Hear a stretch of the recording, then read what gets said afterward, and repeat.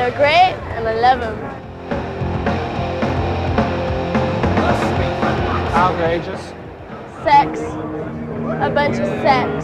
You guys are bitches. I love you.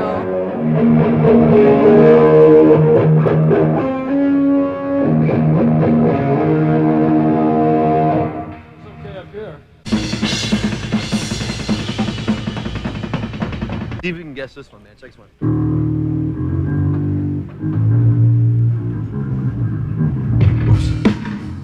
Yeah! There it is. Tony Miller, hey! Get the fuck out. Excuse me, man. These guys make me crazy.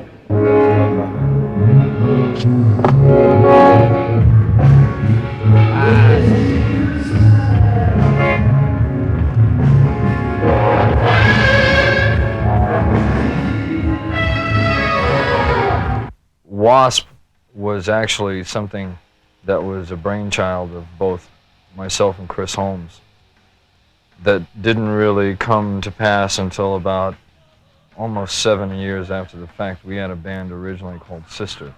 Sister was the first band to do things like using a 5-pointed pentagram, a symbol that's now used where the people are showing the horns of the devil.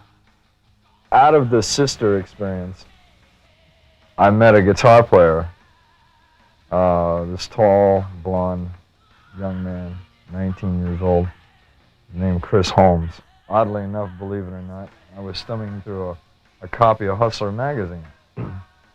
And there's a section in there, if you're familiar with Hustler, there's a section in the back called Beaver Hunt, which is where all these voyeuristic men send these somewhat less than professional snapshots of their wives in and what have you.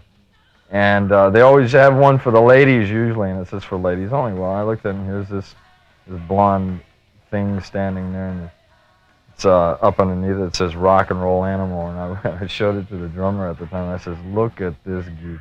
Look at, is this guy a character or what? Real funny. He called me up and he says, well, I hear you're a guitar player. I says, yeah, I play guitar. Because he saw the ad in the magazine. And the first thing I said to him was, how tall are you? And he said, 6'5". I said, how long is your hair? He goes, about halfway to my rear end. I said, you got any zits? He goes, no. I said, come on down. Sister broke up in 1978. We went back to the drawing board, and about 4 years went by from the time of Sister to Wasp, and Wasp then incorporated this idea of psychodrama, which I've since been told is psychotic people doing drama. At the time we first started playing with Tony, Randy, Chris, and myself, we started playing at a club in Hollywood called the Troubadour.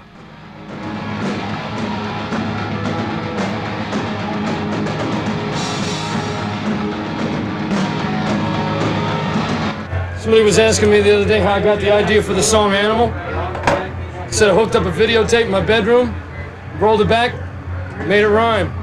Within the first few gigs that we had played at the Troubadour early on, we were showing signs of making progress on leaps and bounds. The show came about largely by a series of mistakes. We had an idea for a type of theater that was being developed called psychodrama, where you try to take what's happening on the stage and put it into the audience as much as possible to get the audience involved. Now, that's where the meat came from. We used to chop up the meat and throw it into the crowd, and to us, the reasoning behind that was that, yes, it was a very crude form of theater, but it was like going to a baseball game. You had to pay attention for fear you get hit with a foul ball. In other words, what we were doing is we had no money, but the object was to make it look as big as it could. The object was to make Wasp look like it had $1 million, whether it did or whether it didn't.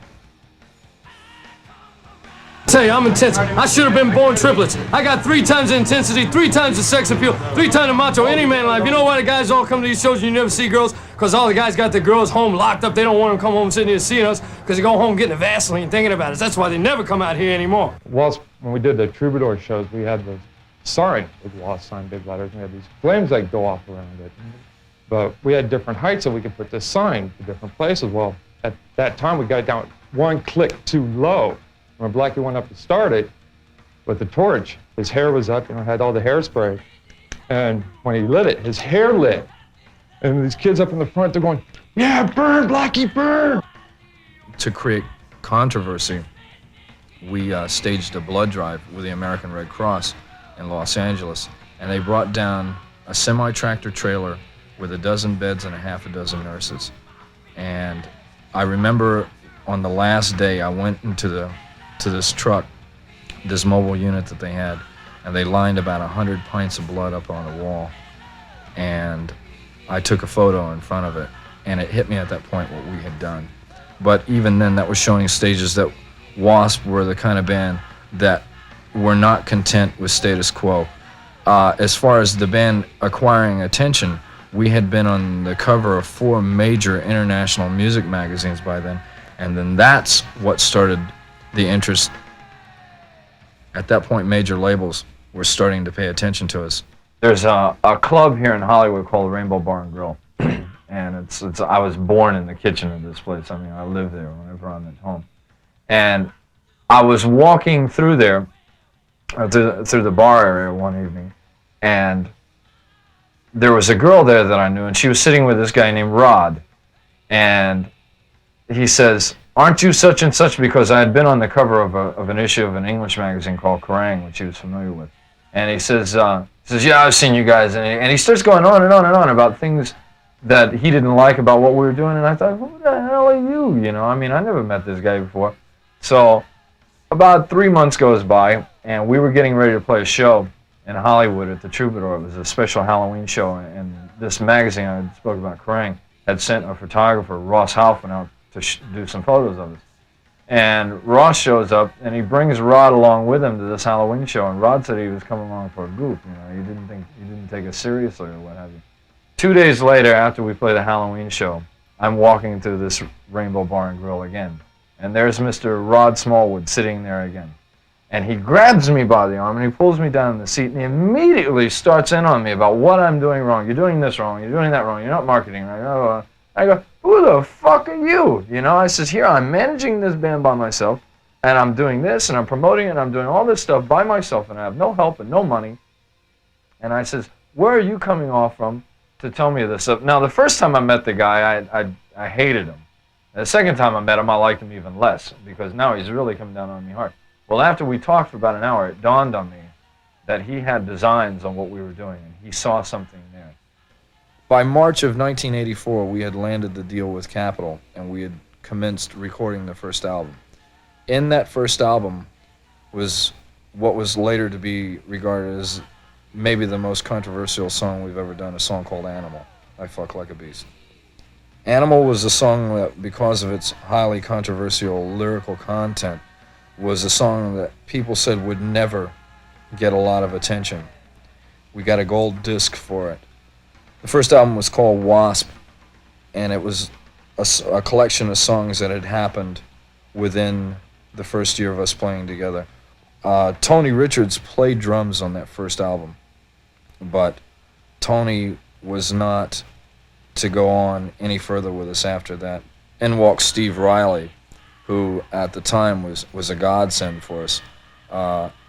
He was exactly what we were looking for at the time.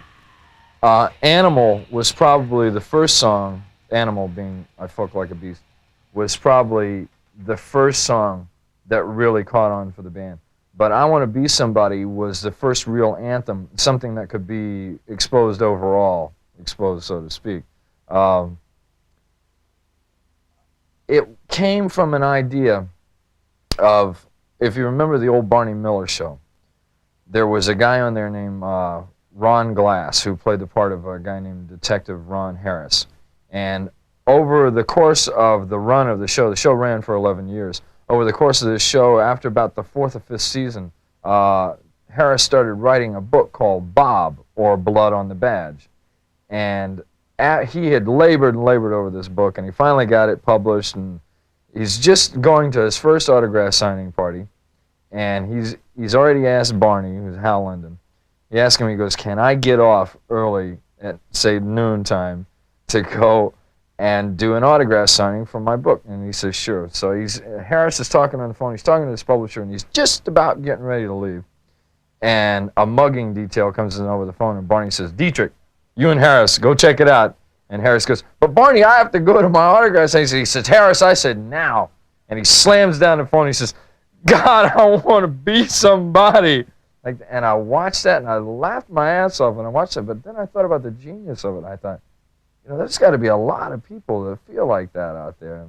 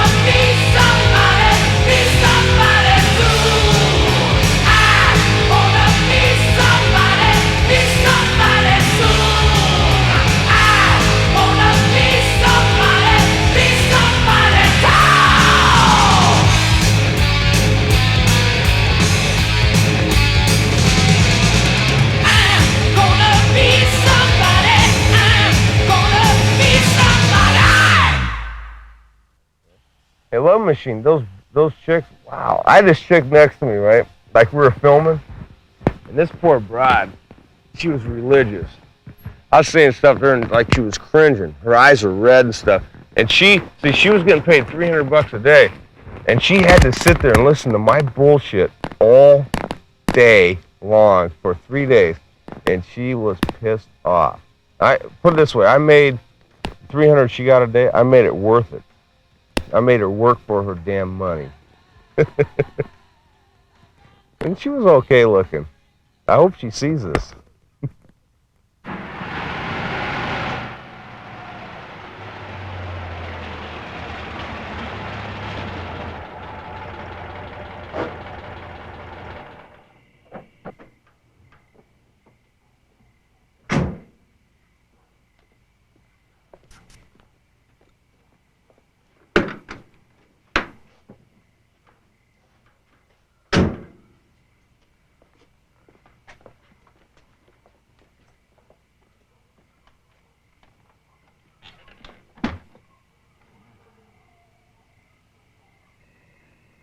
Good night.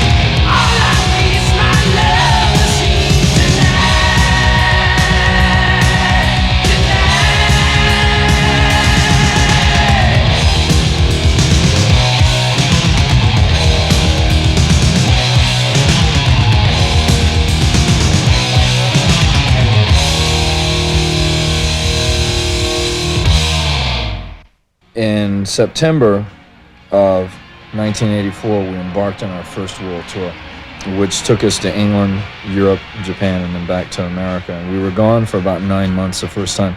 We started on the UK leg of the tour, and that's where the Live at the Lyceum video came from. And that was a landmark video at that time because it shows people exactly what went on.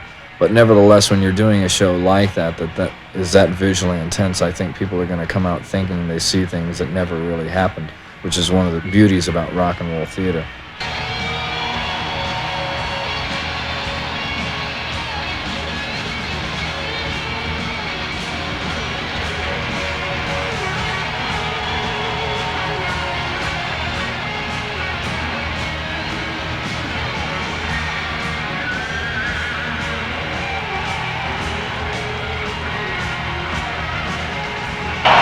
Southern California.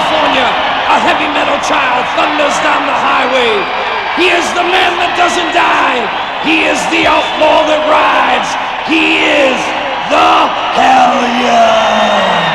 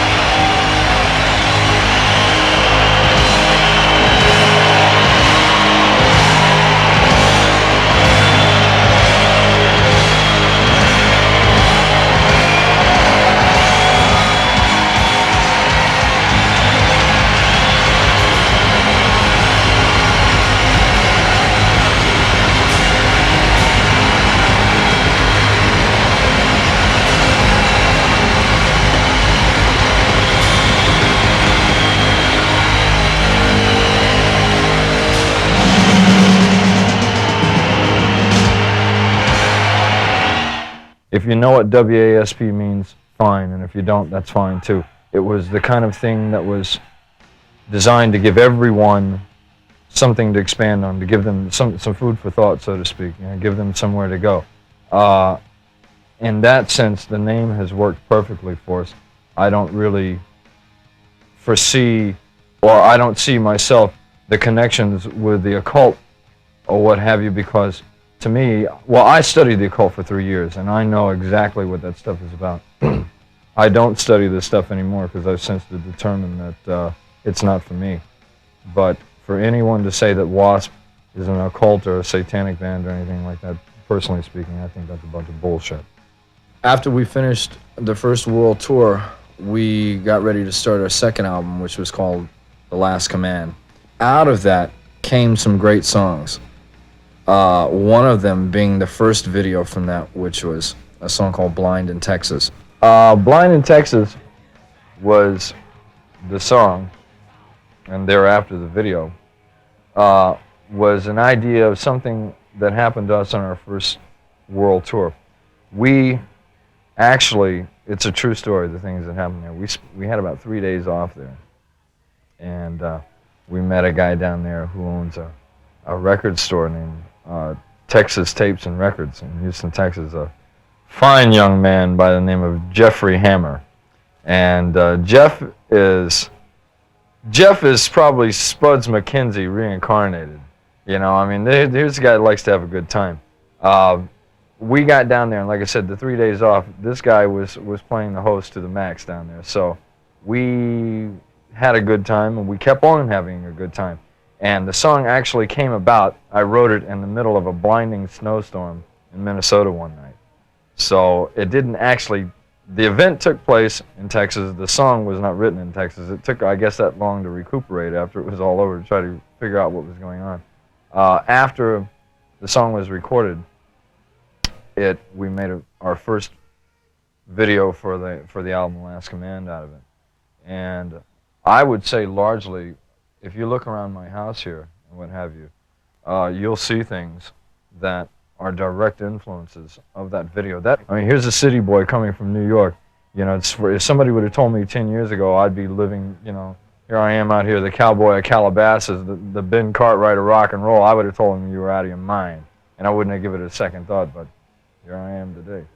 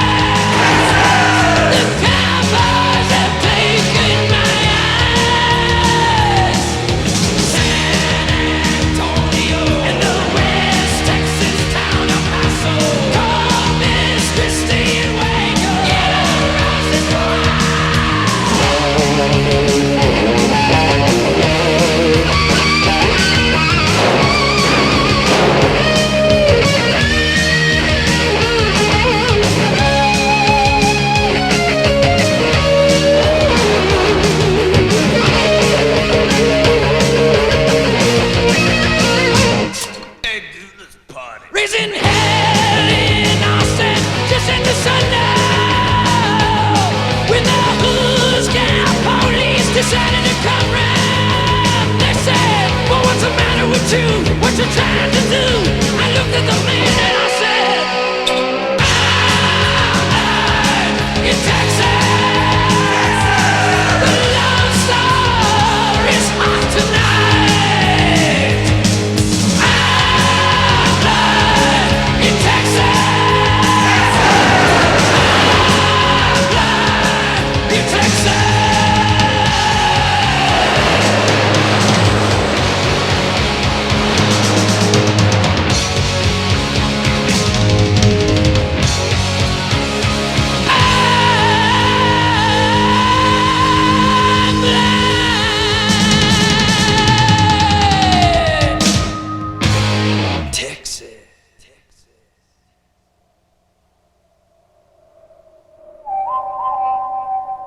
About a year and a half after the debut of our first album, we were commencing work of the second album called Last Command. And right about that time, there was this wonderful organization that cropped up called the PMRC. And the PMRC stands, theoretically, for the Parents Music Resource Center. It's, in effect, an organization which is now defunct as we speak. They're an evil organization in the sense that whenever you dictate to someone how to live their lives between now and 20 years ago, things should be left to the individual as to what they think they should or should not listen to. If you don't want to listen to what we're doing or you don't want to watch it, then don't buy it. Don't go see it. But there's no reason in the world for anyone to try to put a label on it.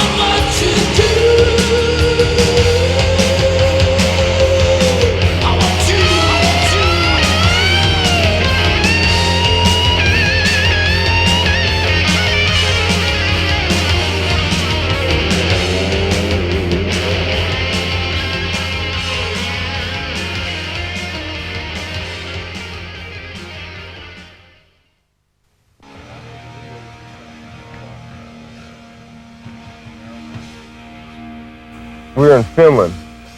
So we're playing there, and we go off stage, for this encore, and all the people are like, asking us or screaming to come back on, right?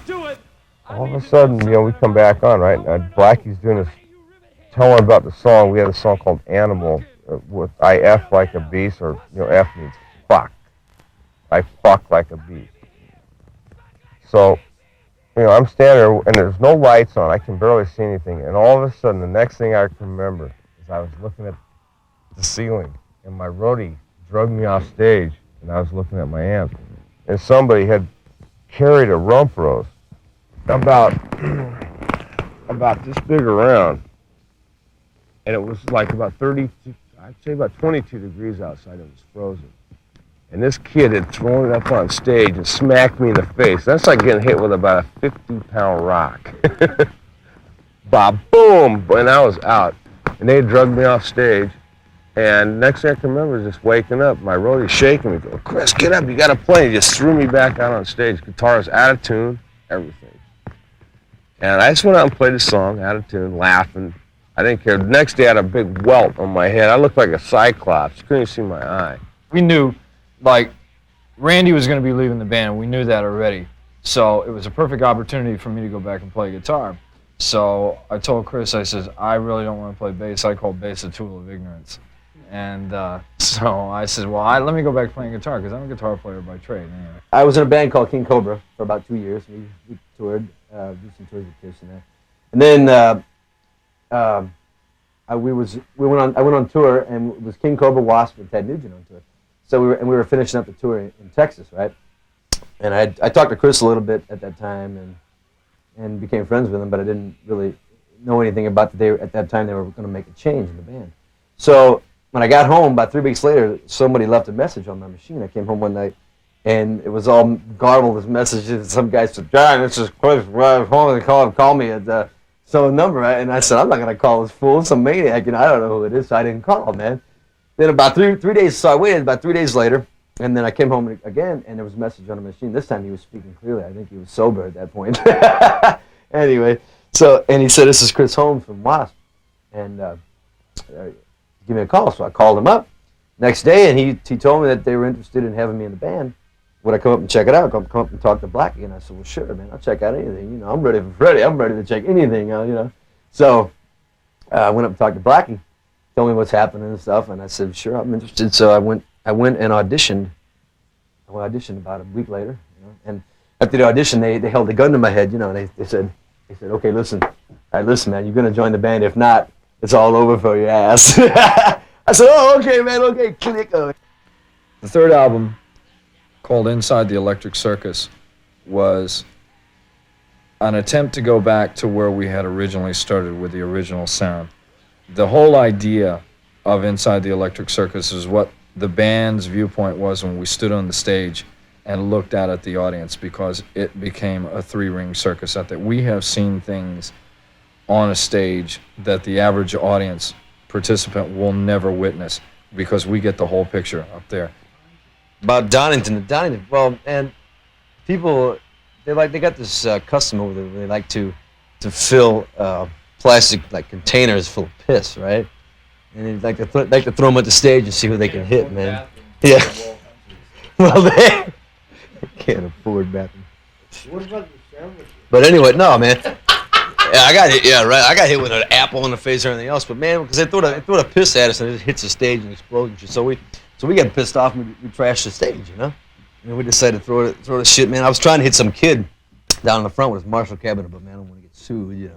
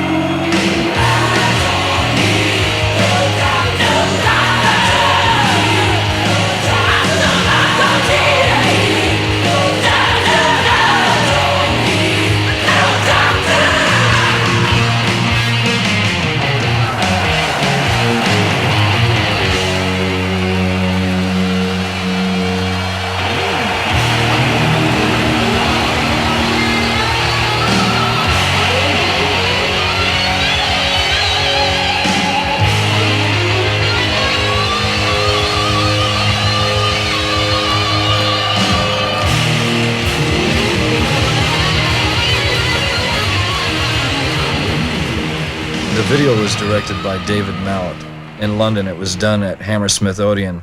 It was shot on the same day that we played Hammersmith Odeon.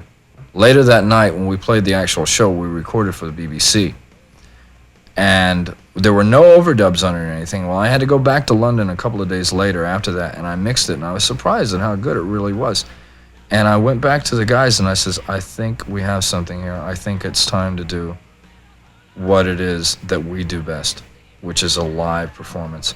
We were then looking for a video to come out of this, and we were approached with an idea for a movie for Ghoulies 2. We went and we looked at the footage, and we decided then at that point that Scream Until You Like It would be the perfect song to showcase an idea like this. To me, it's one of the better experiences that I've had, because the people that ran these creatures made them come to life when we were doing this video. And after it was done, in all honesty, to watch these little guys be put in the box left me with a strange feeling. You never know what to expect on the inside. Get your tickets now. Okay, all right. Really scary, mister. Come on in.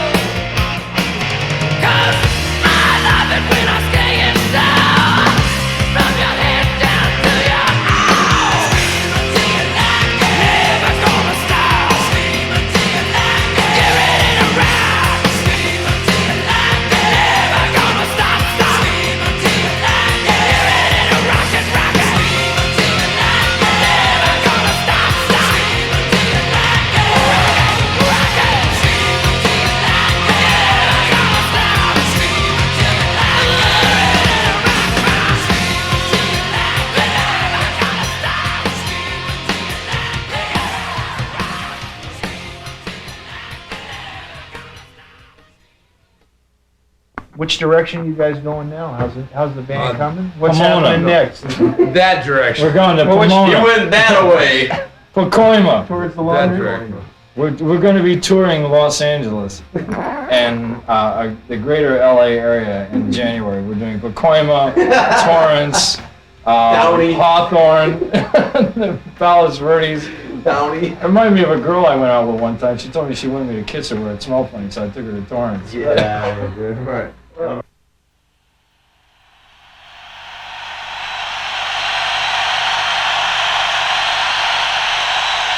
want to do something for you now. Something we've never, ever done anywhere before. This is the son of animal. This is the manimal.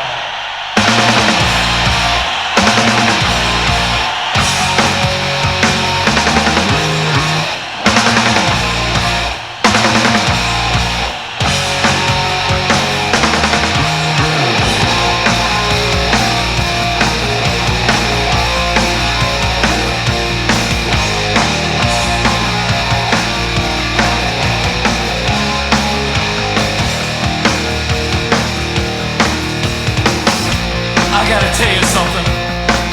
Ever since I was a little boy, I've had one thing on my mind. Women. And I love everything about them. The way they look, the way they smell, the way they feel. Well, this is a story about obsession. Obsession in the purest sense. That's how I got the name. The Manimal.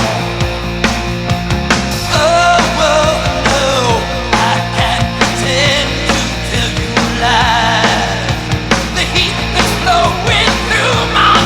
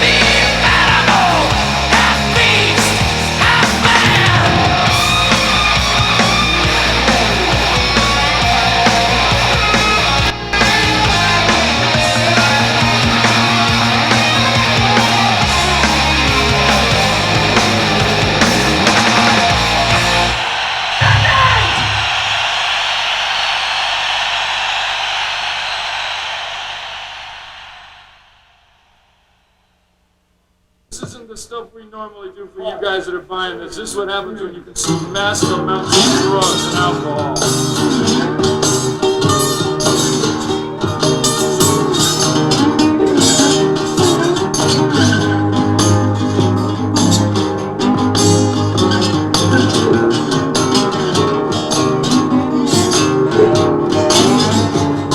Gabby Hayes and Pat Buttram.